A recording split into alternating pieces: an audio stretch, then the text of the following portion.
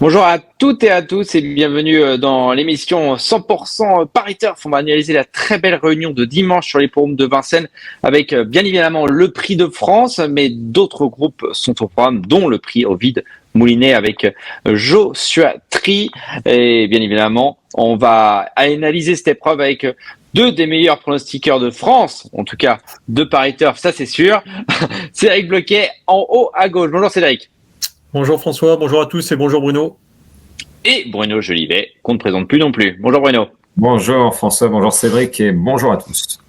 Allez, c'est une magnifique réunion, 9 courses sont au programme. On va commencer tout de suite avec le prix d'Oloron. C'est une épreuve pour des chevaux de 3 ans. Cédric, quels sont tes deux préférés dans cette épreuve qui n'a réuni que 8 partants? Ouais, alors le numéro 3, Lizano d'Alouette, ça sera mon préféré. C'est un cheval très prometteur, très estimé au sein de l'écurie de Chavat. Alors la dernière fois, il avait couru sur un 2100 mètres, ça l'avait un peu tendu, il avait beaucoup tiré dans le parcours, qui ne l'avait pas empêché d'aller au bout. Certainement un cheval qui dispose d'une belle marge de progression. Alors certes, le lot est un peu plus relevé cette fois-ci, mais je crois capable de confirmer. Et je lui oppose le numéro 4, Leader du Pommeau, qui était présenté au vent du prix d'Amérique. Ils l'ont retiré pour un gros prix, certainement parce qu'il est estimé aussi au sein de l'écurie de Louis Baudron. Il va être aussi plaqué des antérieurs pour la première fois, ça peut être le petit plus. À noter que la dernière fois, il était loin d'être battu, au moins pour les places, quand il a fait la faute au début de la ligne droite, donc je le rachète volontiers. 3 et 4, ouais non. Eh bien, j'ai tenté l'impasse sur Lizano d'Alouette. Je demande à voir sur les 2700 mètres de la grande piste, vu son comportement la dernière fois. Et puis, c'est vrai qu'il n'a encore rien battu. Là, il affronte quand même des poulains qui pourraient avoir une chance sur le critérium des jeunes, peut-être, comme l'élu de Rêve d'Or, enfin pour les places, toujours. Et j'ai retenu donc le 4, Leader du Pommeau, pour qui ça a été un peu un cauchemar la dernière fois. Il n'a pas une vitesse folle, il aurait fallu qu'il puisse être lancé de plus loin. Malheureusement, il n'y a pas eu trop de train, il s'est retrouvé bloqué. Au moment où il allait sprinter, il a fait la faute. Maintenant, j'attends de le revoir sur ces 2700 mètres de la grande piste, j'y crois beaucoup. Et puis le 5, Lucifer Morningstar, qui n'a pas encore gagné, mais qui a des bonnes lignes quand même, avec le Kid Jackson notamment. Donc un poulain, et la piste Lazuli surtout, même s'il a déçu l'autre jour, la piste Lazuli. Donc le 4 et le 5, mais c'est une course, il y a 8 partants, elle est plus ouverte qu'il n'y paraît, avec l'élu de Rêve d'Or que je citais aussi, qui a une première chance à mon avis.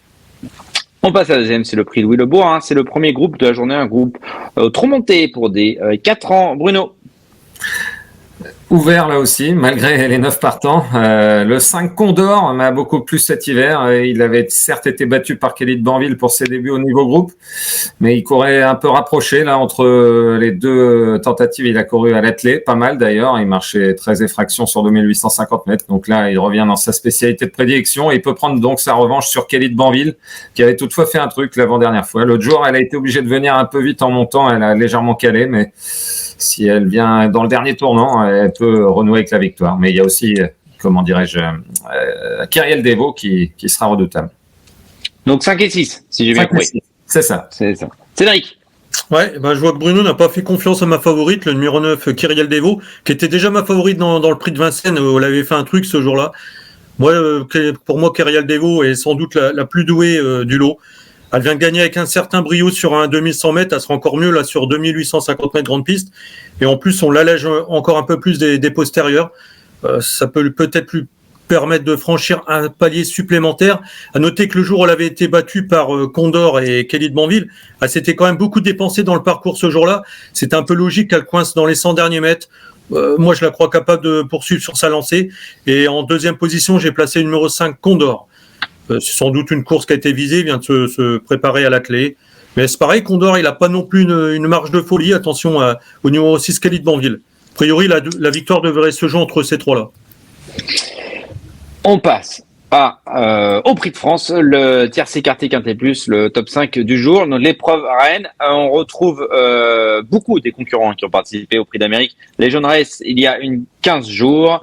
Est-ce que Cédric, tu as fait confiance, comme tu l'avais fait dans le prix d'Amérique, à Idaho Tillard, le numéro 7? Oui, voilà, logiquement, cette revanche du prix d'Amérique, le numéro 7, Idaho Tillard, quand il n'a pas été disqualifié, il a toujours gagné sur ce parcours, il est encore mieux que sur 2700 mètres, et en plus, il a vraiment fait un truc exceptionnel dans le prix d'Amérique, en épaisseur tout le parcours, et il a quand même gagné facilement. Donc, on ne peut pas aller contre ce numéro 7, Idaho Tillard, qui est un véritable champion. Alors, j'ai longtemps hésité pour le numéro 7. Malgré le numéro 7.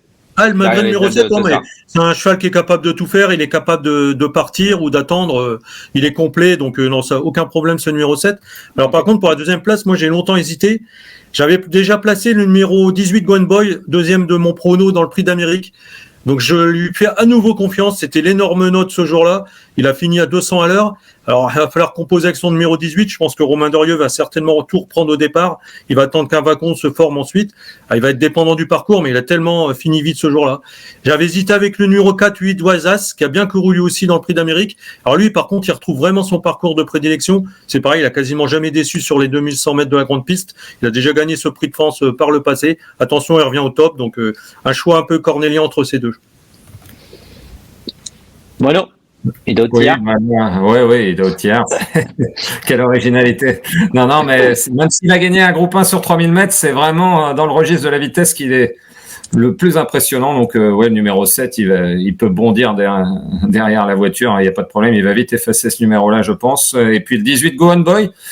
Personnellement, à Vincennes, je préfère le numéro 18 au numéro 1, par exemple, où on peut se faire enfermer ou alors faire trop d'efforts pour garder sa place. Là, le wagon de 3 est souvent très bon à Vincennes. Et là, en plus, il pourrait y avoir Okaidogia, l'Émeraude de Baie et tout ça dans ce wagon. Donc, franchement, le 18 ne m'inquiète pas. On a déjà vu des groupes 1 gagner avec le 18, Nijetski Blue ou Prodigious notamment. Donc, Prodigious dans un Critum Continental. Continental, exact. Nijetski Blue aussi d'ailleurs. Et donc aucune inquiétude pour le numéro. C'est plutôt il faut pas trop regarder les numéros, je pense. Et la seconde ligne à Vincennes sur un si grand anneau, c'est moins pénalisant. Donc j'ai même retenu d'ailleurs comme meilleur outsider Émeraude de Baie, si ça se passe bien. Faudra voir maintenant qui va emmener ce wagon de 3. Et Pierre Benesem, la tenante du titre, vous l'avez mis plus loin? Bah oui, moi j'ai mis 4e personnellement, parce que je trouve qu'elle est moins percutante que l'hiver dernier. Maintenant, elle a tiré comme un numéro 6 qui peut permettre d'avoir un bon numéro. Elle est certainement sur la montante. Je la vois quand même plus comme une placée, comme une gagnante. Ouais, pareil. Plus pour la 3e à la 5e place dans le quintet, ouais. En tout cas, on a l'air d'avoir des bases assez solides. Ouais, moi je voudrais dire qu'il y avait des surprises quand même. Alors, pour moi, la surprise, elle pourrait peut-être venir du numéro 2, All-Mary. L'autre fois, il a été devant. C'était trop dur dans un Prix d'Amérique d'aller devant, à part d'être vraiment un champion comme Ida Otillard. Mais je pense qu'on peut le racheter sur cette distance qui correspond mieux à ses aptitudes. C'est mon outsider, personnellement. C'est vrai qu'en plus, Daniel Redden, quand il est arrivé, avait clairement fixé le Prix de France comme l'objectif de l'hiver du cheval. Donc, avec ce numéro-là, c'est vrai que c'est très tentant de le glisser pour la 3e place aussi. On a été complet, je crois, sur le Prix de France. On passe à la 4e, le Prix de Juan Lépin. On descend de catégorie pour une épreuve sur 2100 mètres. Également pour des femelles de 4 ans. Bruno, tes deux préférés? Oui, on descend de plusieurs étages.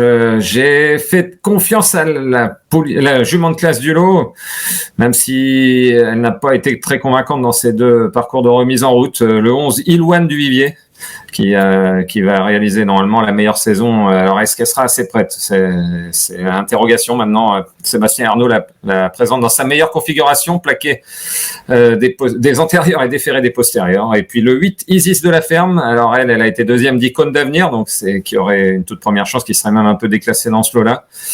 Le seul X, c'est qu'elle n'a pas couru depuis, donc c'était début décembre. Il y a peut-être eu un petit contretemps, mais bon, elle est déféré des 4. Faudra composer avec ce numéro 8. Mais c'est une course, c'est un lot homogène et difficile à déchiffrer. 11 et 8. Cédric? Ouais, moi, comme Bruno, j'ai pris le numéro 11, Ilouane du Vivier, qui fait certainement face à un objectif.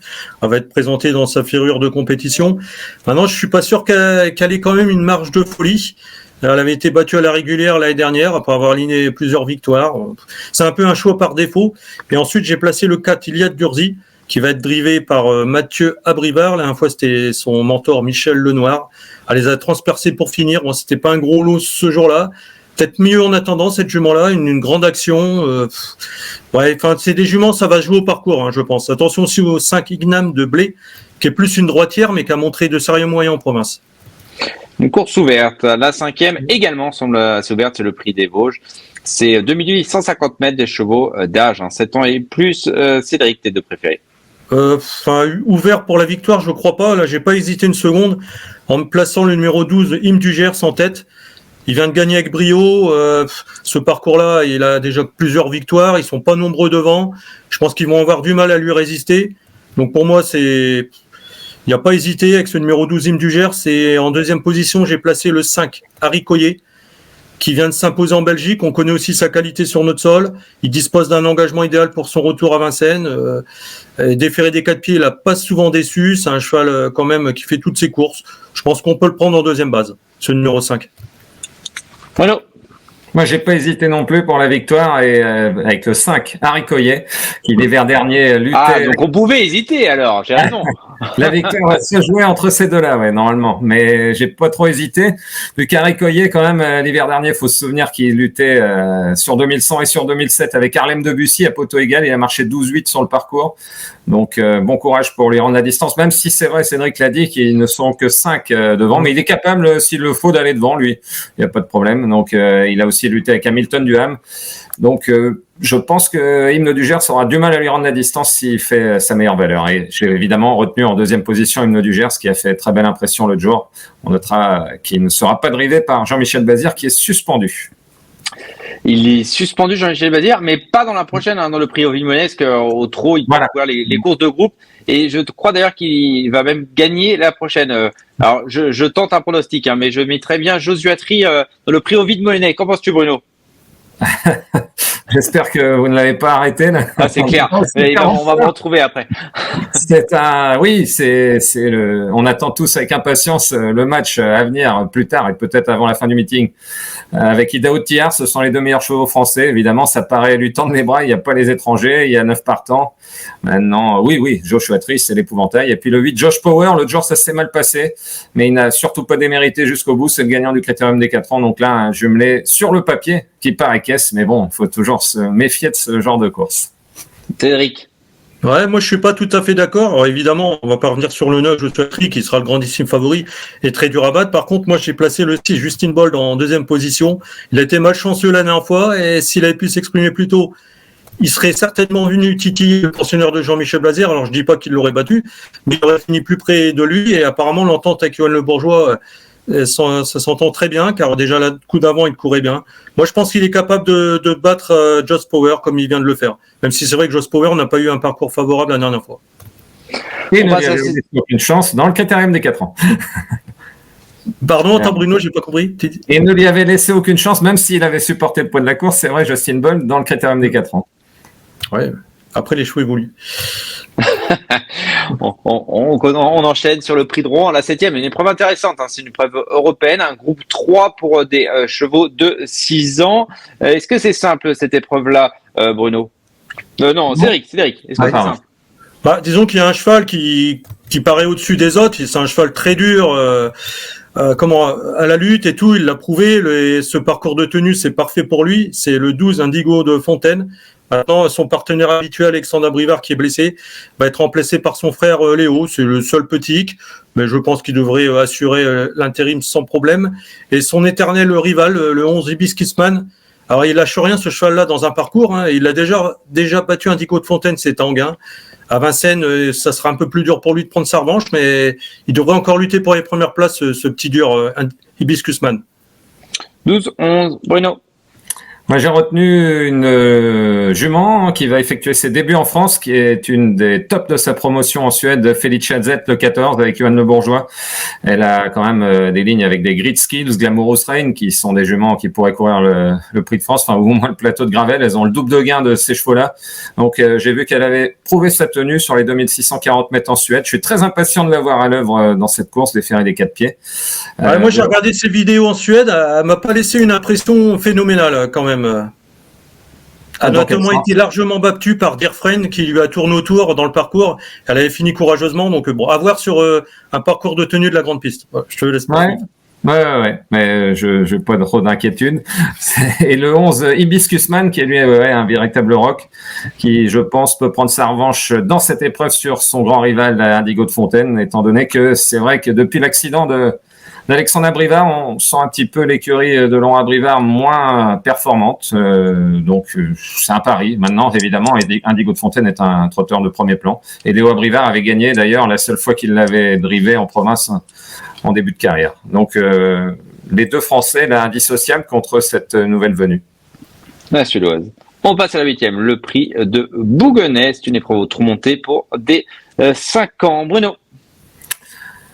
sans trop de conviction, j'ai refait confiance comme la dernière fois à Girobello, qui l'autre fois arrivé chez Mathieu Mottier, revenait au monté. C'est un colosse, ce cheval-là. C'est pourquoi le raccourcissement de la distance m'inquiète légèrement.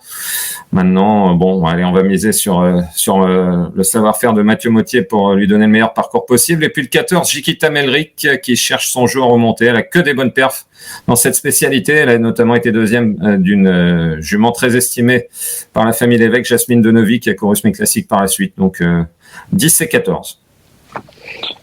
Cédric? Ouais, j'ai le même jumelé dans le même ordre. J'ai Robello qui fait un gagne avec de la marge. Après, c'était sur un parcours de tenue. Là, c'est vrai que le raccourcissement de la distance à voir. Et même chose pour la femelle qui a de la qualité. Je la pense capable de réaliser avec de tels mâles. Et le seul hic la concernant, ça serait peut-être la distance. Je pense deux bons chevaux, mais par contre, à voir sur cette distance tout de même. Je pense que les autres ont moins de marge, donc c'est pour ça que j'ai 10 et 14, le même jumelé. C'est la première fois que vous êtes d'accord. C'est bien. Pourtant, la course est très ouverte quand même. Hein. La semaine dernière, on était d'accord dans presque toutes les courses. Ça nous a pas forcément réussi. Hein. Il y a eu beaucoup de surprises, hein, c'est vrai. Ouais. On passe à la 9e et dernière, le prix de Gaillac, trop attelé des 4 ans dans cette épreuve. Cédric? Ouais. Le 902, Casar, un fils de Feistam Bourbon qui est estimé par Sébastien Garato. Il vient d'ailleurs de gagner avec une certaine marge. Certes, le lot est mieux composé cette fois, mais il peut certainement monter au moins d'un étage. Et ensuite, j'ai pris le 10, Koala Blue, j'ai longtemps hésité. Il retrouve le parcours de sa dernière victoire, il va te déférer des 4 pieds pour la première fois. Et la dernière fois, il luttait pour la 4e place dans un meilleur lot, c'était Coldplay. Donc Coldplay aurait une première chance dans un lot comme ça. Tant pis. J'ai un petit regret, c'est le 5 Quartz B. J'aimais pas trop en début de carrière, mais il a montré de sérieux progrès cet hiver. Voilà. Mono. On va finir sur la même longueur d'onde. On n'a pas démarré, mais là, exactement pareil. Casar, on connaît pas ses limites. C'est un fils de Feistam Bourbon très puissant qui devrait s'améliorer constamment cette année et même par la suite. Et puis le disco à la Blue, effectivement, un bon ouvrier, comme on dit, et déférer des 4, ça peut lui donner le petit plus à reprendre en confiance. Et puis le 5 Quartz B, son parcours préparatoire m'a bien plu aussi l'autre jour. Donc, hésitation là même pour la 2e place entre le 10 et le 5, mais j'ai aussi opté pour Koala Blue. Petite note galop dans cette dernière course. Mono. Maxime Guyon. Avec le Exactement. De Koala Blue, numéro 10. Exact. Merci messieurs. On va passer à votre cheval de la Réunion, Bruno. Ce sera le 505 Harry Coyet. Eh bien, ça sera pas le même que Cédric, en tout cas. Non, on vient d'en parler, donc ça sera le 902 Casar qui me semble en retard de gain. Très bien. Eh ben, on fait le report des deux. Merci beaucoup, messieurs. Merci à Laurent qui est en régie. Et puis, on se retrouve la semaine prochaine. Critérium des jeunes, non? Critérium des jeunes, exact. Ouais, c'est exactement. Ça. Bonne semaine à tous. Et puis, surtout, amusez-vous bien dimanche à Vincennes. Magnifique réunion avec Ida Otia et Joshua Tree. Au revoir à tous. Salut à tous et un grand merci. Vous êtes désormais plus de 150 000 abonnés sur la chaîne YouTube de Paris Turf. Toute l'équipe de la rédaction ainsi que tous nos services vous remercie vivement de suivre nos vidéos au quotidien. Surtout suivez le 100% Quintet, le 100% Paris Turf, les interviews des pros, la playlist reportage et bien sûr nous vous proposerons également très régulièrement des images qui pourront alimenter la playlist des best-of. Merci, un grand merci pour être désormais plus de 150 000 à nous suivre au quotidien.